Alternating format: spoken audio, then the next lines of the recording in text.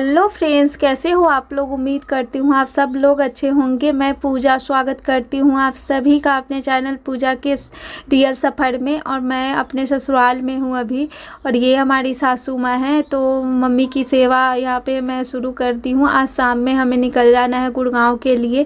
तो मम्मी के पैर में दर्द हो रहा था, तो हमने मालिश वालिश करके इनके अच्छे से हाथ पाँव दबा दिए हैं।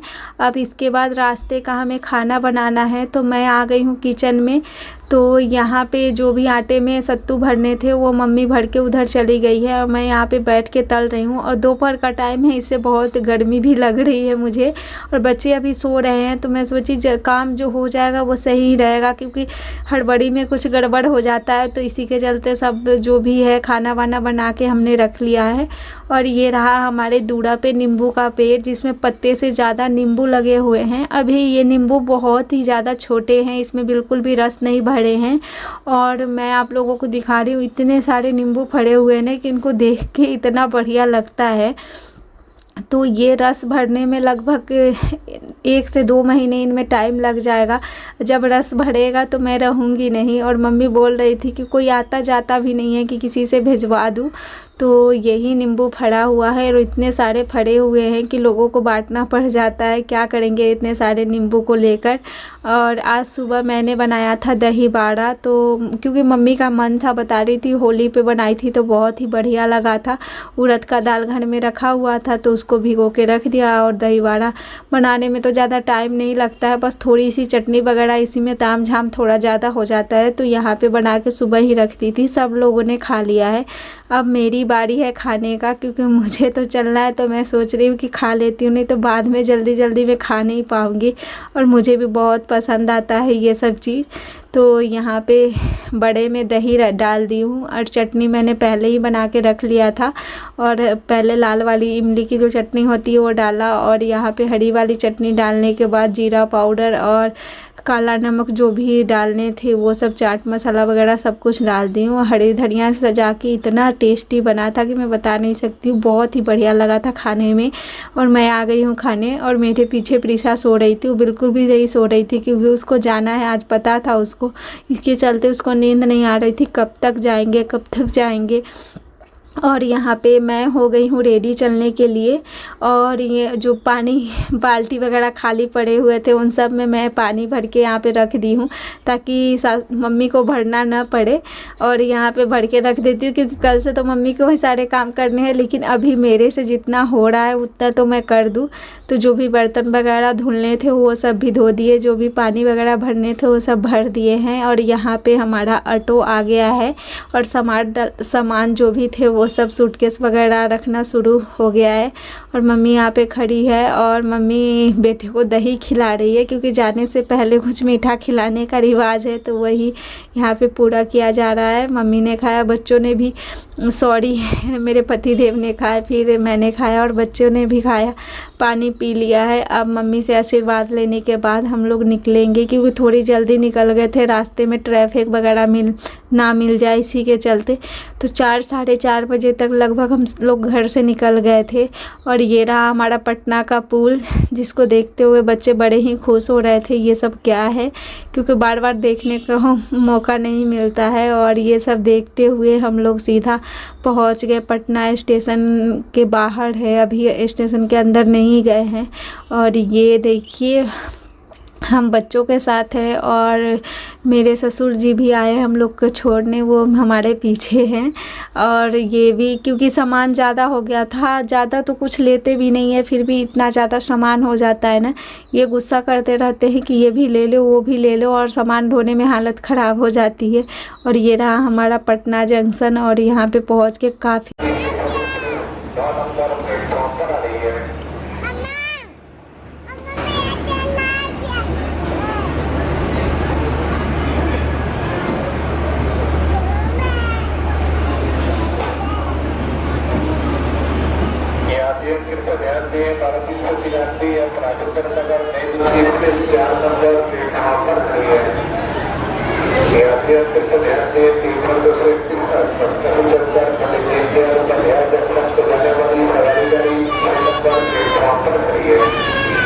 और जो भी ट्रेन आ रही थी बाबू को लग रहा था कि हमारी ट्रेन आई है, और काफ़ी देर मतलब 3-4 घंटे इंतज़ार करने के बाद हमारी ट्रेन आई।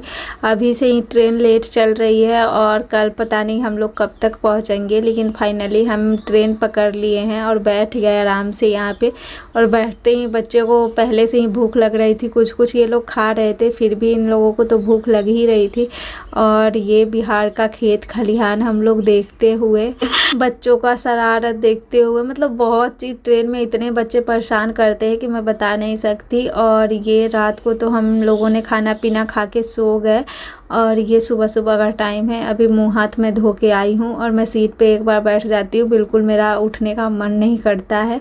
ज़बरदस्ती इन्होंने बोला कि उठो, तो लगभग मतलब ये 2 बज रहा होगा। मैं सुबह उठी थी, हाथ मुंह धो के आ गई थी, फिर दोबारा उठी, हाथ मुंह धो के, बिंदी मेरी निकल चुकी थी तो मैंने बिंदी लगाया। और 1-2 ही लिट्टी बचे हुए थे जो एक प्रीशा को दी और एक मैं खाई हूँ।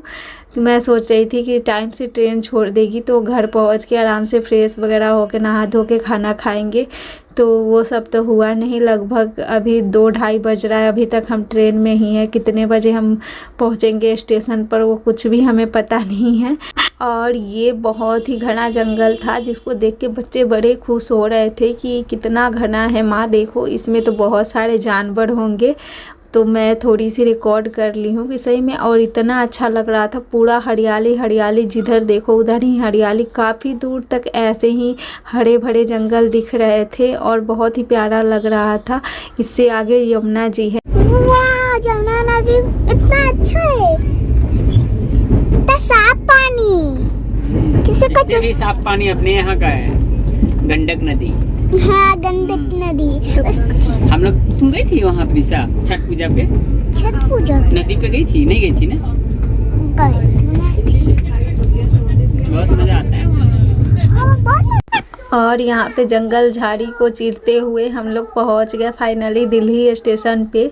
और यहाँ पे बच्चों को बैठा रखे हैं क्योंकि हम कैब का इंतज़ार कर रहे हैं। अभी इससे बाहर निकल के हमें कैब लेनी है और दोपहर का टाइम हो रहा है। मौसम तो अभी अच्छा है क्योंकि न ज़्यादा धूप है और न ही ज़्यादा वो है, जैसे बादल बादल छाया हुआ है। और यहाँ पे कैब वाले भैया आ गए थे, उनसे बातचीत हुई इनकी, उसके बाद सामान रखना शुरू कर दिया क्योंकि इनका सीएनजी वाला होता है ना, तो सिलेंडर से ही पूरा डिग्गी भरा रहता है, तो जिससे सामान रखने में थोड़ी सी दिक्कत हो जाती है। तो जैसे तैसे तो सूटकेस को एडजस्ट किया गया। उसके बाद हम लोग कैब में बैठ गए और बैठने के बाद बाबू को भी थोड़ी सी तबीयत ठीक नहीं लग रही थी और हम लोग पहुंच गए सीधा रूम पे। और रूम पे आने के बाद यहाँ पे तो पौधे मेरे बहुत अच्छे थे क्योंकि मेरे को ना सबसे ज़्यादा पौधे के लिए चिंता लग रही थी। मैं 2 महीने से गांव गई हुई थी और ये तो आ गए थे और पौधों को पानी दे रहे थे। ये भी लगभग 15 दिनों से अभी घर पे गए थे छुट्टी लेकर। और यहाँ पे मेरे पड़ोस में दीदी रहती है, उनको हम लोगों ने बोल के गए थे कि पानी थोड़ा डालते रहिएगा। उन्होंने पानी दिया था अच्छे से। पौधों मेरा मैं जैसा छोड़ के गई थी उससे बढ़िया ही लग रहे थे। उनको देख के मैं बहुत ही खुश हो रही थी। और तुलसी मैया को यहाँ लाके नीचे रख दिया गया था। ये छत पे रहते हैं क्योंकि नीचे थोड़ी जगह की दिक्कत है। और रूम में आने के बाद रूम की ऐसी हालत है और इतने सारे धूल मिट्टी भरे हुए हैं कि सब कुछ अभी मुझे सफाई करनी पड़ेगी। मतलब अंदर से बाहर जो भी देखो जहाँ तहाँ बस धूल ही भरे हुए, जबकि खिड़की के माड़ी जो भी था सब बंद करके हम लोग गए थे। यहाँ पे देखिए कितने ज़्यादा डस्ट भरा हुआ है। तो सबसे पहले इसकी सफाई होगी। तो चलिए सफाई करती हूँ, मिलती हूँ नए और अच्छे